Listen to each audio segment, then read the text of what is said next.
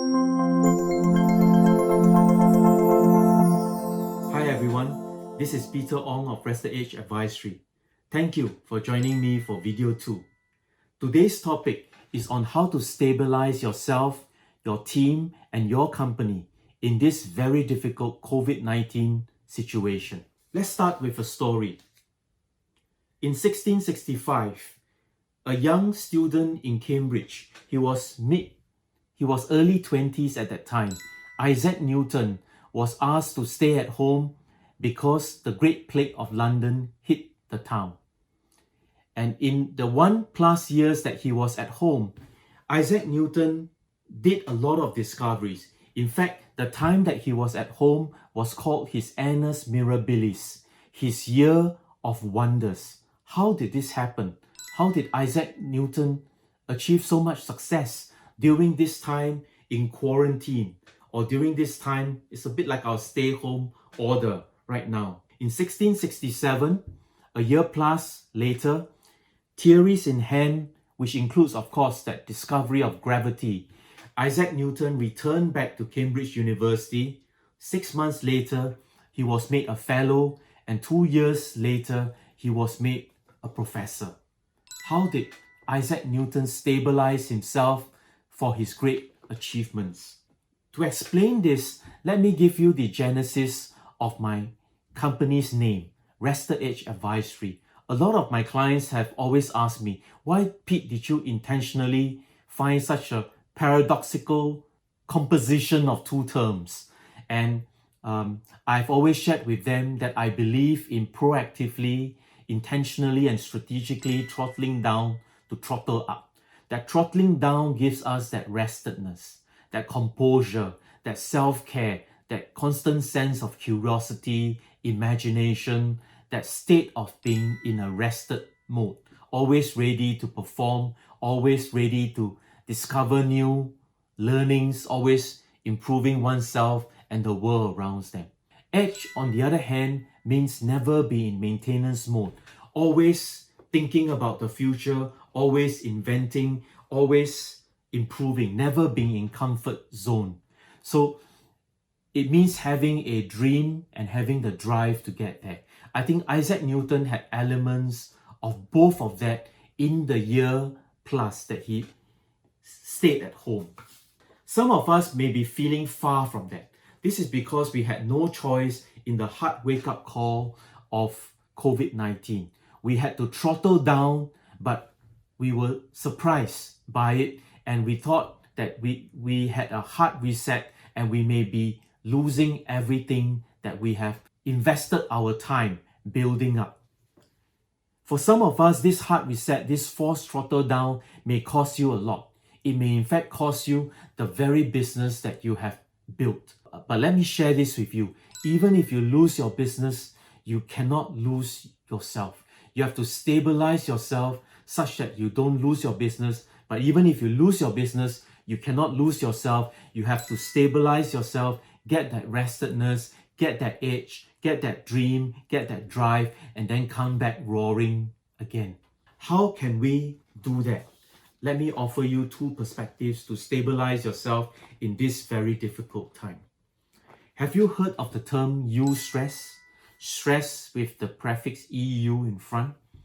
It's a Greek prefix. Every time you see EU in front, it means beneficial, positive, it means good, it means pleasant, it means well.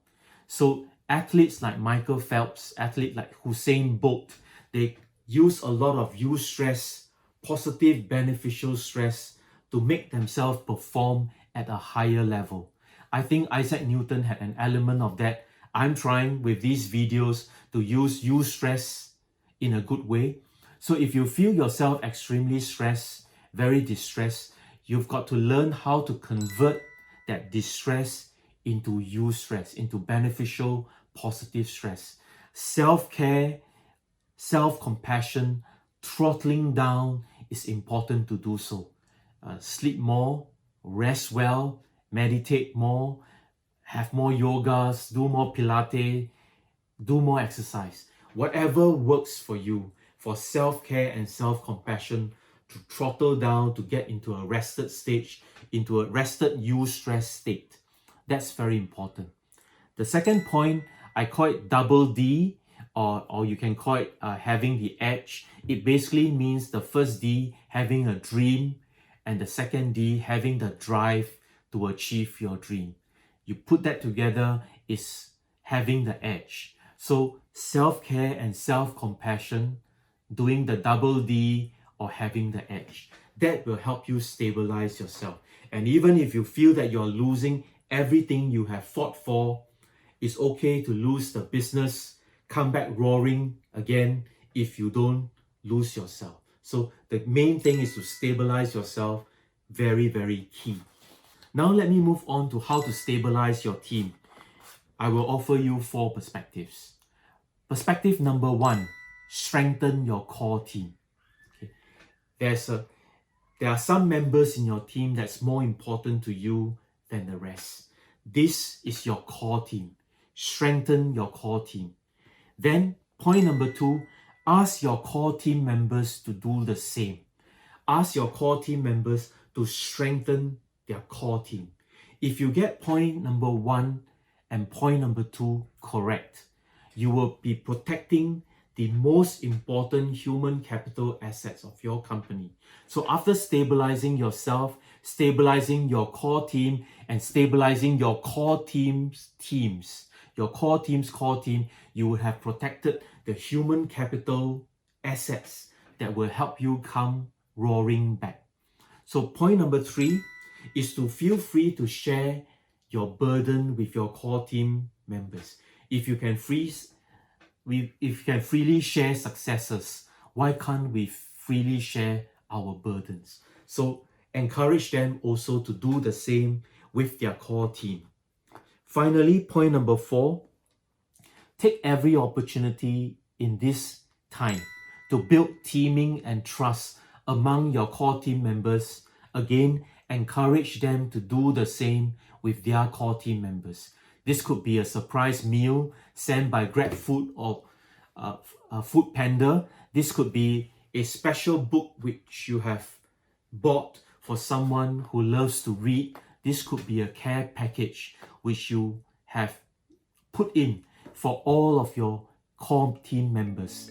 Right? So these 4 points will help you strengthen the core team and the core team members of your core team, help them have a shared burden and help them have greater teaming and trust, so that you have now protected and stabilized the most important human capital assets in your company, so that you can come roaring back. The final point, how do we stabilize your company? How do you stabilize your company?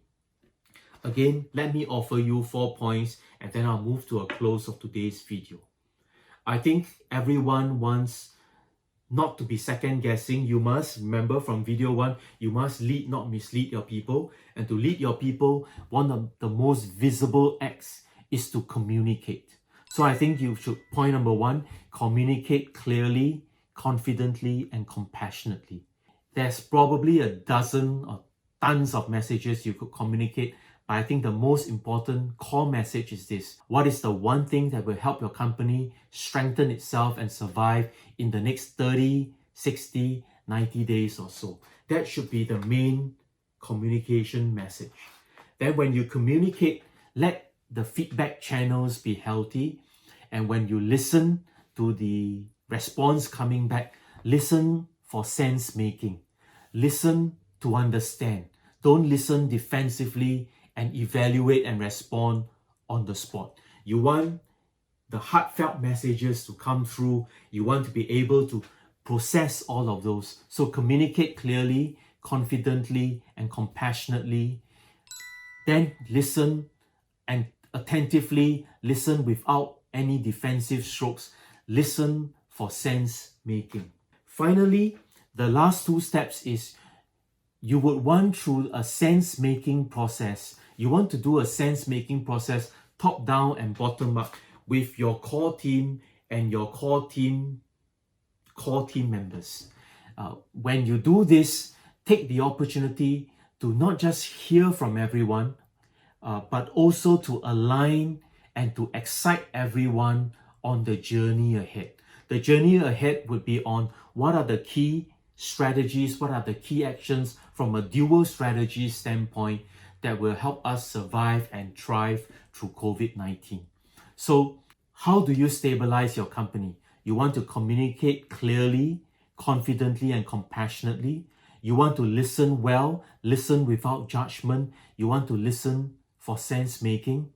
Then point number 3, you want to have fun, innovative activities to sense make top down and bottom up. And through that sense making process, you want to align and excite everyone to the key priorities of the dual strategy ahead. So I hope today's topic has been helpful. Next topic on First Things First will be on how to sense make accurately and confidently. So if you were to do that sense making activity that I shared that you might consider doing, how then do you sense make accurately and confidently? I hope it's been useful for you and that you continue to journey with me. The going right now would seem really tough, but stabilize yourself, stabilize your team, stabilize your company, and you would have the toughness to be able to sustain this. Thank you very much for journeying with me. I wish you well. I wish you wisdom. See you again next week. Bye-bye.